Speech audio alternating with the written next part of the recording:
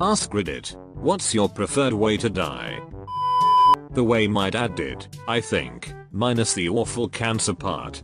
He died in the middle of the night. His wife's soulmate, my mom, was curled up next to him on a cot, placed on the right side the way they slept at home. She was fast asleep, and holding his hand. All 4 of his adult children were asleep in the common area right outside his room. His best friend of almost 2 decades was slumped over in a chair, snoozing away. My dad slipped away peacefully and quietly when he knew everyone he loved had drifted off into their dreams. Oh, I didn't know I could practically projectile cry, but here I am. That is beautiful, and I am very glad for your father he got to pass peacefully and with your mother holding him like that, with everyone else he loved so much with him too. Ah Jesus, I can't deal with this level of purity. This is pretty wholesome, not gonna lie. Thank you for not lying. His username checks out. I hate liars. Yeah, no one wants to fuck a liar. It's not as satisfying. Inert gas asphyxiation. It's painless and doesn't make the body think it's suffocating. It's just like fainting, but you don't wake up, yes, but you faint slowly. It's like you become very sleepy and fall asleep over the course of a minute or 2. Happens in remote hot springs up here in Washington state. The CO2 and H2S can suddenly burp out of the spring and displace the O2, and the guy soaking in the pool dozes off. The next day or 2 later another hiker happens by and finds the parboiled corpse and has to run back to get a ranger. Some of those may also be alcohol related.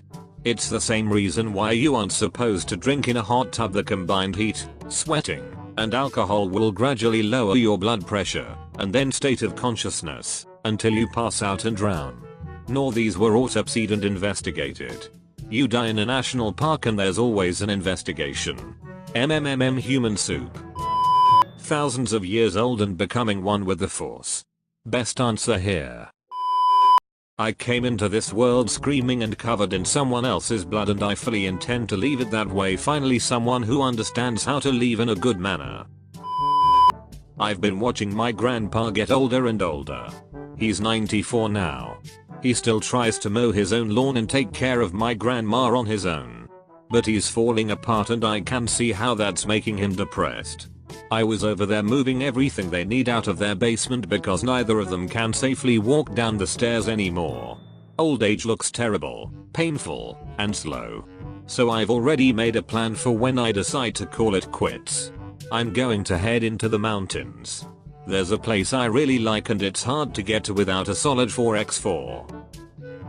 I'll go up there, smoke one last spliff, drink some whiskey, and shoot myself as the sun sets. Ideally, animals will eat me before I'm found. I've eaten enough of them that it's only fair, yes. I'm so glad I'm not the only one who fears being old. My only worry is my other half. That's a lot of stress to put someone else, though I'm sure your conjoined twin will be fine. Wait, which one of you has more of the organs? I may have spoken to lying in bed next to my love. I and my dad are into weightlifting.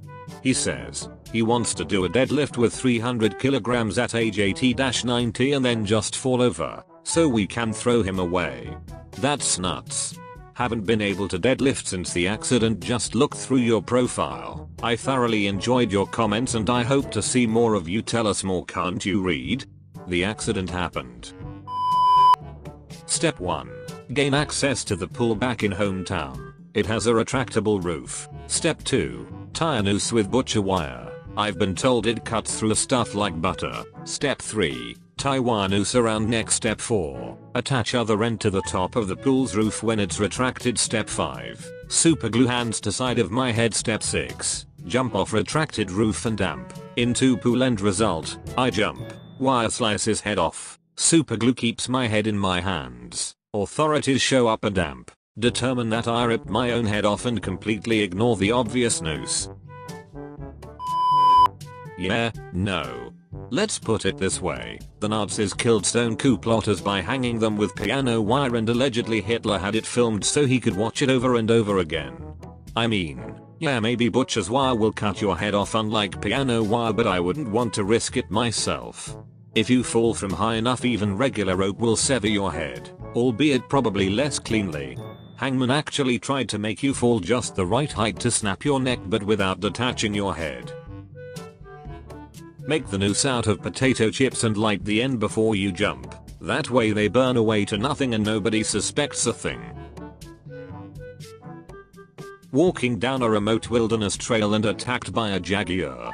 Which means that I would be able to walk down a remote wilderness trail.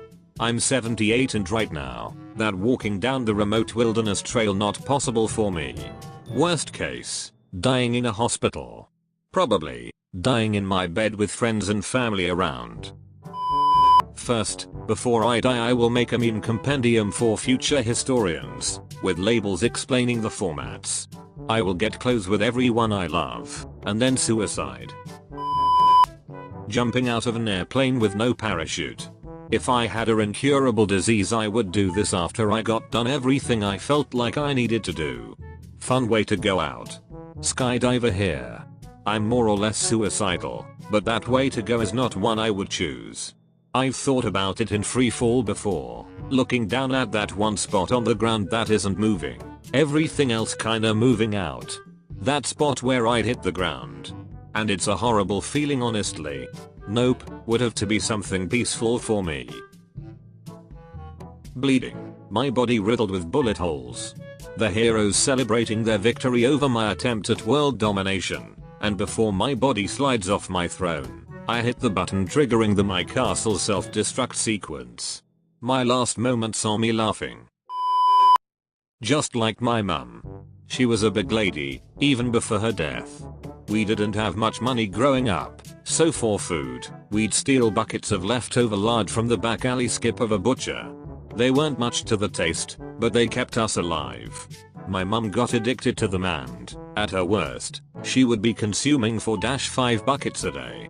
When she did die, the funeral home told us that she was too big to fit into the crematorium and that we'd need to purchase at least 3 adjacent cemetery plots if she were to be buried. Of course, we didn't have that kind of money. The fireman who tried to get her body out of the house said she was too big for the doors, and that the old building was too structurally unstable to remove a window pane. They suggested they do a controlled burn of the house, and that we'd consider that a cremation. So we burned the house down with mum in it and sold the land to the railway folk. This is a Gilbert Grape reference. For those who didn't quite get it. If this is true, damn man.